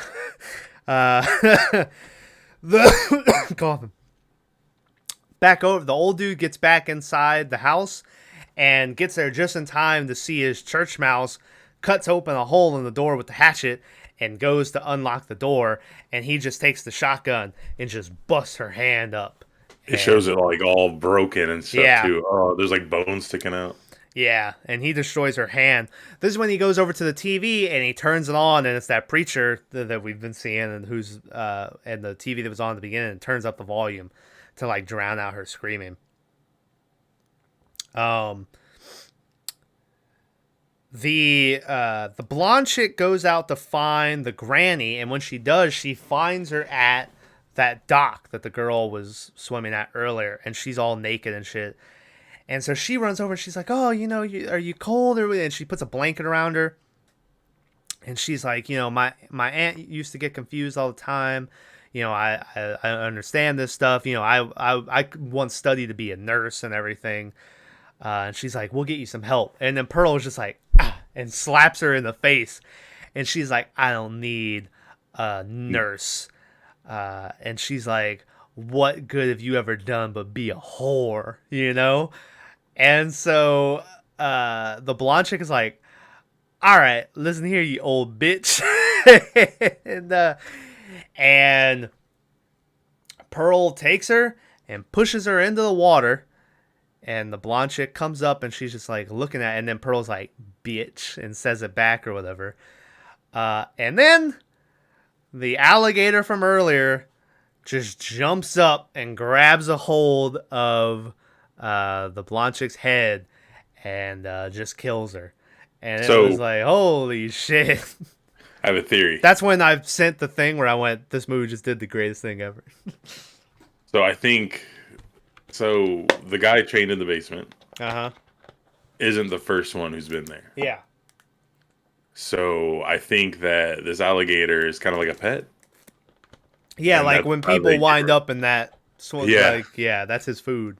yeah, and he's used to her coming down there and feeding him. Uh-huh. Ideal. So at first I was like, man, that's awfully lucky that this wild animal just happened to Yeah. attack this lady. But then I was like, wait, if that's like, Yeah.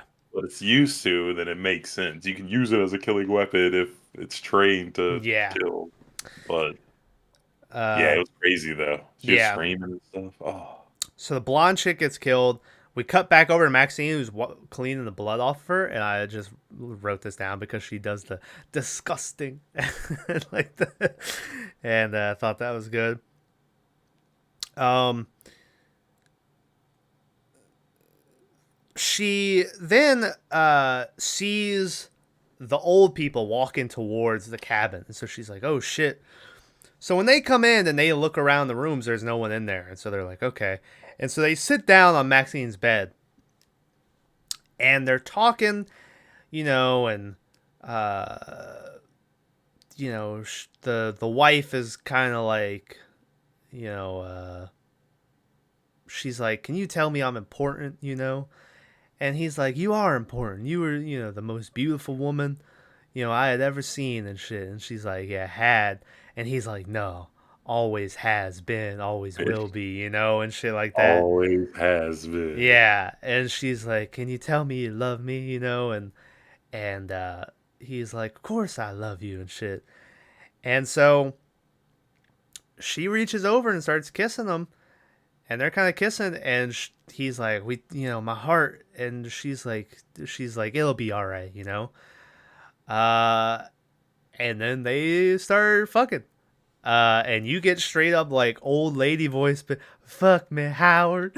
Like, it's yeah. And we pan down, and Maxine is under the bed, having to listen to all this happen. I'm trying to find the note. Here it is. So this was me at 9:43 p.m. yesterday. This movie just did the greatest thing ever. And then right after that, oh, and now they just did the worst. How dare you? Yeah. And so this is the part I was talking about where this is like you're watching and you're like, ew. But it's like, they're people. That's what they want to bang. It's almost kind of sweet in a weird way that these people are now like back to what they should. And then there's a line after this where the guy's like, "Oh, I got one in the basement for you," and she's like, "Oh, we don't need any of them because we have each other again now." But it's still pretty gross. They're banging. Maxine manages to slither out from underneath the bed and get outside of the house, and she runs over to the van. This is when she finds RJ dead, and she gets in the van, and the keys aren't there. And so then she hears Church Mouse yelling from inside the house. So she reaches into the glove box, and there's that pistol that the dude mentioned he had. So she takes the pistol. She goes running into the house, and she gets. Also, there was a knife stuck in the tire on the van, which didn't really have, because she didn't even have keys anyway. But Yeah, it's what. Which then, oh no, she takes the truck after. Spoiler. yeah. So she goes running in, and this, when we get to it, might be my worst part of the movie, even though it's kind of cool but she gets Church Mouse out, and Church Mouse just starts yelling at her, and she's like, "I hate all of you," all this shit, and Yeah, and then she just goes running out the door, and Howard's there, and he just blasts her with a shotgun and kills her. But it just And it's seemed, violent too. Like it's yeah, not. it just seemed dumb to me that she just starts instead of like trying to live. It reminded me of the Devil's Rejects when the maid comes into that hotel and the girl's wearing the face, and instead of trying for help, she just starts running around and gets hit by that truck. It reminded me of that. It just seemed weird that she was just started yelling at her instead of like trying to get out of there. Um, but she gets blasted in the face, and the girl sees this happen, so she's like hiding behind the corner. This is when they mentioned the line I talked about where they had another one in the basement, but she's like, "We have each other now." They come dragging her in, and we get a shot of like her face that's been black, and like half of her face is gone, and you can see like the skull around the mouth and shit. And she comes in, and I think she has like she's dead, but she has like a like she and coughs like a nervous twitch, yeah, or dead body settling or whatever. And this gives the old guy a scare that gives him a heart attack, and he dies of a heart attack. You could say it didn't help because he just got goddamn, he just got done boning, so his heart was already they already put strain on it. So now with the scare, but yeah, he's dying. And this is when the girl chooses her moment to come around the corner and point the gun, and she's like, "Where are the fucking keys?" And Pearl is like, "He's having a heart attack," and she's like, "I don't give a fuck," And so she like the keys are around the corner, or they're on the kitchen table. So she goes and gets the keys, and she comes back out, and she's like, "This is what you deserve. This is what you both deserve." And Pearl stands up and is like, "Listen, you're a sinner. I saw what you were doing in the barn." She talking all this shit. And Maxine delivers that line again where she's like, "I won't accept a life I don't deserve," or whatever. And as she does that, it like is perfectly cut with the preacher on the TV saying that same line. You're like, "Oh, what's the deal with that?" And so then she goes to shoot, but if you were paying attention at the beginning, when the guy says the shotgun's empty, he just waves it around, and the guy's like, "I got one like that in the glove box." So the gun is empty. There's nothing in the gun. So the old lady is like, "Huh." So she picks up the shotgun real quick and shoots it, and just goes flying out the fucking door. Man, I was like, "What?" Yeah, yeah. It would have been. I'll add in post. I probably won't, but it'd be fun to do the R2D2. Because he says flying, he means flying. Yeah. She bangs off the door thing, flies out into the yard. Yeah. And I mean that wrecks her. I mean she's my hip, and she's just done. So Maxine goes walking by her, and she does like that the girl did to her earlier, and she gets into the truck that the old couple have, and the Pearl is still yelling shit at her. And so you get what I think we all were hoping you get, is she puts it in reverse and just runs over her head. And then when she puts it runs over her head again. And it's good like head chunks that you see on the ground and shit. And she goes driving away. As she's driving down the road, she's like doing bumps still as she's driving. This is when I will say I'm not upset, but I hate this. Because for a movie that I think clearly took inspirations from the Texas Chainsaw Massacre, and we've mentioned it throughout this thing, I hate nowadays in movies, and it happened at the end of that last Texas Chainsaw Massacre, where whenever there's a movie like this, whoever is alive at the end is always like, they have a cool wisecrack, and they're like driving away like, I think she's like talking about divine intervention, as she's driving away, acting all cool. And I always hate, because Texas Chainsaw Massacre, Sally was not doing a wisecrack or she's cool. She was like, her life is fucked till Yeah. the like she's in complete hysterics. And that's what if you just survive that type of ordeal, like you wouldn't be dropping wisecracks like that. And so I always hate when people act cool at the end of a movie like that. Uh, and so yeah, I just wish they were a little more affected nowadays. Obviously, we won't talk about the bullshit they did in the new movie where then Sally's like, "I'm a badass now," and then she just gets like her shit pushed in for the rest of the. But yeah, so I wish they were a little more affected at the end of the movie. So as she's driving away, we go back to the TV screen one more time, and we see the preacher talking about, my own daughter has been taken into a world of sin, and he pulls down the curtain, and he's like, "This is my daughter Maxine," and so Maxine in this movie is the daughter of this preacher who's been on the TV the whole time, and that's where she got her line from that she's been saying throughout this. And then the movie finally ends with back to the cops, and the one cop asked the sheriff, like, "What do you think happened here?" And he's like, "How the fuck am I supposed to know?" And so they come walking over with a camera, and they're like, "Hey, we found it, this camera. What do you think's on it?" And the sheriff goes, "Well, from the looks of things, probably some fucked up horror picture." And that's the end of the movie. And supposedly in theaters, if you saw this, there was an end credit scene that is a trailer already ready to go of Pearl, the prequel. But I couldn't I find. didn't get to see it. Yeah, It wasn't on mine.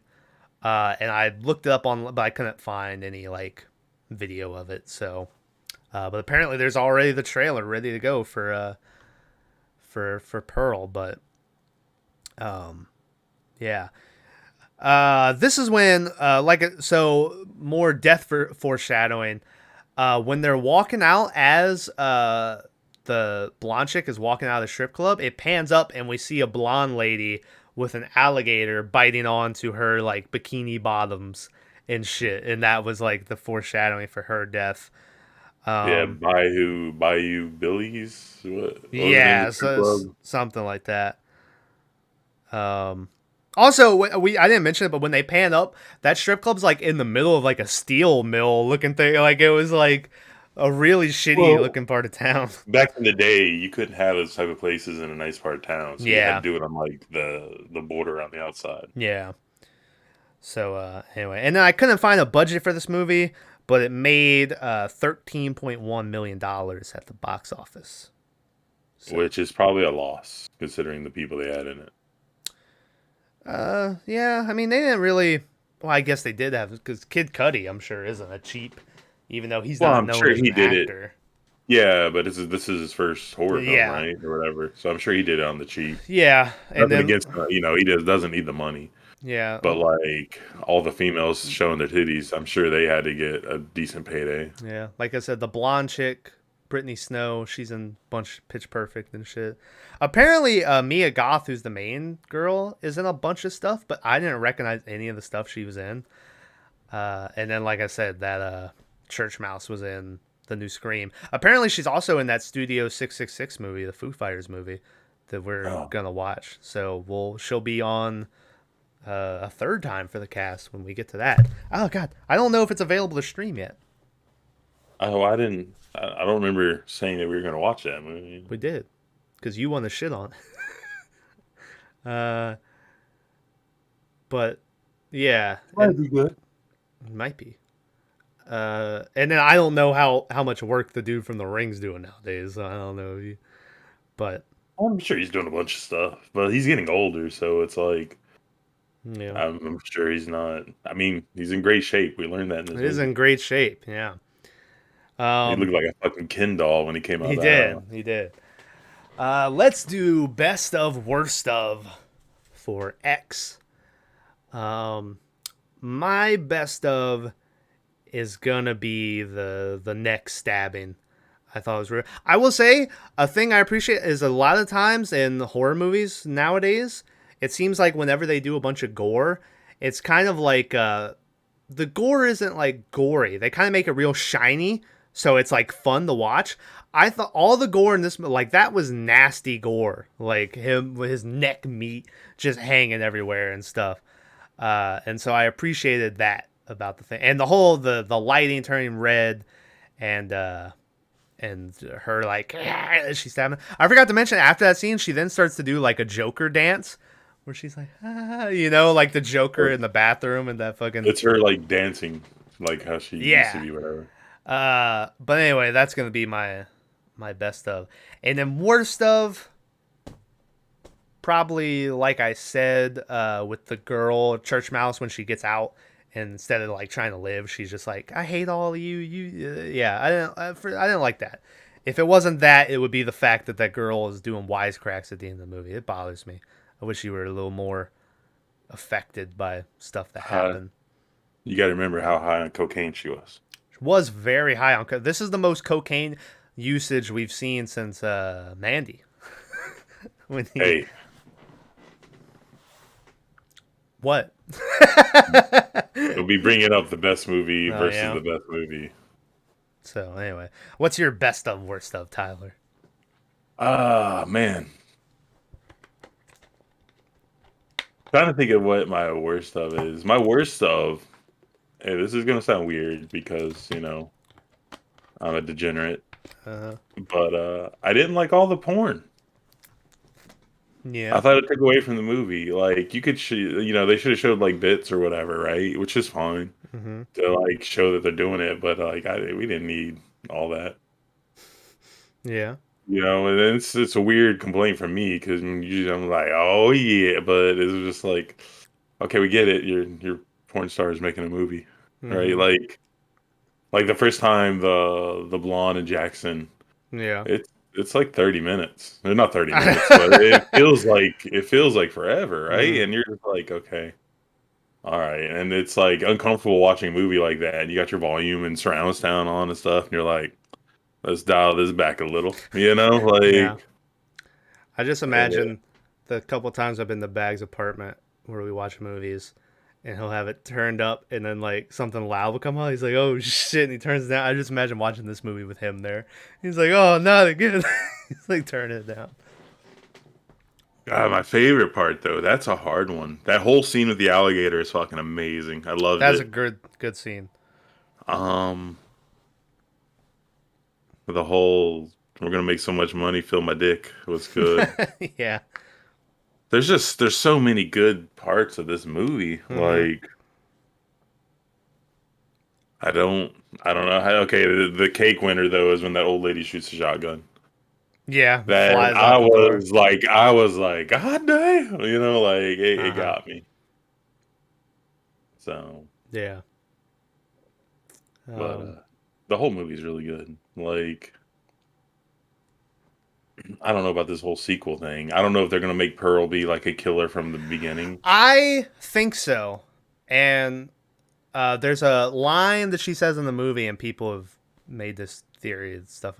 Is when she kills the chick with the alligator or whatever, she has a line where then when Howard walks up, she's like, I don't like blondes. And people are like, that seems like a very specific, like, so they have a theory that there's probably going to be some blonde chick that she kills in the first one. It's interesting to see a movie based in 1918, like a horror movie. But if it's a horror, like I assume it would have to be. And then whatever the sequel is, because like people have a feeling that it's going to be about her and her dad. Like the movie ends with the dad on the TV being like, "We just hope one day she'll come back home to us." And so it's like, oh well, maybe that's what. But it's like, is the dad's not going to try to kill her, right? Like, what is that movie going to be? It'd be weird if you did like a. Could you do a franchise where like the first two are horror movies and then you end on like a drama? You know what I mean? Like, I don't know. We'll watch them. I think Pearl's supposed to be out this year. I think it's coming out later this year. It also begs another question about what happens if you're an old serial killer. What do you mean? So, like, let's say you're American Psycho. Okay. Let's do fictional, All right? It's right. not. and he's like running down prostitutes with chainsaws naked and stuff, Uh-huh. right? Yeah. He did What that. happens when he's 60? Uh-huh. He can't be running down over, you know, like Gotta find out different ways. that's what I'm saying. Like this old couple, they've been doing this the whole time. Yeah. Then it's like, okay, in the beginning it's gonna be, you know, she seduces them and then murders them or keeps them or locks them up or whatever. Uh-huh. And then it's this. So like in the real world, like who's that guy? Is it the Zodiac killer that they think died from old age? Is he the one who disappeared Uh for like 13 years and then just started showing up randomly after? And they're like, they uh thought he was in jail and then maybe. I don't know. Cuz the but Zodiac was weird cuz they thought it was like three different people and then apparently they thought that maybe they had actually arrested the guy on a different crime and he died in prison. But then I think the new recent one that they think they finally are like, no, this was the guy, was like just a, and like they never called him or something. So I don't know.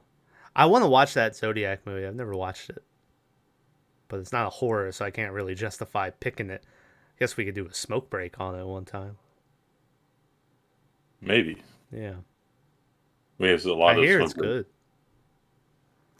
We've only ever done two smoke breaks. I feel like that's a series we haven't spent that much time doing. We're supposed to do one on the Northman. But so far we only did we did Mortal Kombat and the Suicide Squad, which I saw a fun fact that the Batman, the new one that came out on HBO Max, with its like first weekend or whatever streaming, is number two, only to be beaten by one movie, and that movie is Mortal Kombat. Mortal Kombat is still at the top of the first weekend streaming or whatever. So Nice. yeah. So anyway, I think I that's don't know this. I know another great film by A24. yep, another win for the A24, which is funny because Bags is like, I think I'm starting to hate A24, and I was like, I think this movie just reinforced why, you know, like they haven't let me down too many times, and now they have that movie you want to watch, the Marcel the Shell with shoes on Man, I'm that I gonna cry so sent much you. during that. Yeah, that I apparently didn't is a watch it. 10-year-old character that yeah. So they also made that new movie, the everywhere everything all at once or whatever, with that Chinese lady, Yeah, who I know her, but I don't. But she's in Crouching Tiger, Hidden the Dragon. She's like the yeah, main lady. all I heard was good things about it. But watching the trailer, it just didn't interest me at all. They did have a really good David Bowie song in there, but anytime I hear David Bowie in a movie, it just makes me think they're trying to trick me into thinking it's a Wes Anderson movie, and I'm like, you're not gonna get me. So, so I'm sure I'll watch it eventually, but I'm not in a rush to go sneak out and watch it. Yeah, I heard really good things about it. Yeah, I watched a list. A guy did like he ranked every A24 movie, and he had Hereditary and Midsummer at like 10 and 9. Midsummer was like 10, and Hereditary was 9. And I was like, what the fuck? It just seemed weird that he put him so high. But then he ended up putting Green Room at like number 5. And I was like, all right, I can, you know. And then number Well, one was The Lighthouse. like I don't remember. I mean, Green. Anyways, Number one was The Lighthouse, but then like number 2 was The Witch. And like I said, after were you with The Witch or was that Maverick? no, that was had to Okay, be Maverick. yeah, yeah, that movie watching it the second time, not very slow. Yeah, but All right, let's wrap this cast all up. My right. bathroom's calling me. Yeah. Thanks for watching. Next week, See No Evil. The Blu-ray is here. God damn. Uh, and then the week after that is episode 100. We still don't know what the fuck we're doing. So we have a couple movies and ideas. Post in the comments. Hades, where you at, bud? What do you want us to do? Yeah. Like we said, there's Cannibal Holocaust. We can finally do that. Just the animal cruelty free version I'll watch. I saw the animal version, so I don't have to watch it again. We could I still entertain the idea of rewatching Society, which I thought was interesting. Then there's Puppet Master 4, obviously the classic. Puppet Master 4 confirmed. Yeah, and then there was another one I thought about us watching. I thought about us watching Veronica, but I don't know if we've mentioned that enough on the pod. How like it was kind of a joke for a while because you, when we first started, wanted to watch Veronica, and then we never watched it. And I thought about us doing Was it Veronica. Veronica or La Lorna? It was Veronica. La Lorna came out afterwards or whatever. Apparently, Bags watching said it was real bad. But yeah, Anyways, we'll figure out something, guys. we'll figure out something. Next week, See No Evil. Link to the gaming channel in the description. The wrestling channel's there too. Yeah. Something's gonna come out. I promise. Uh, and yeah. Anyway, see you guys next time. See ya.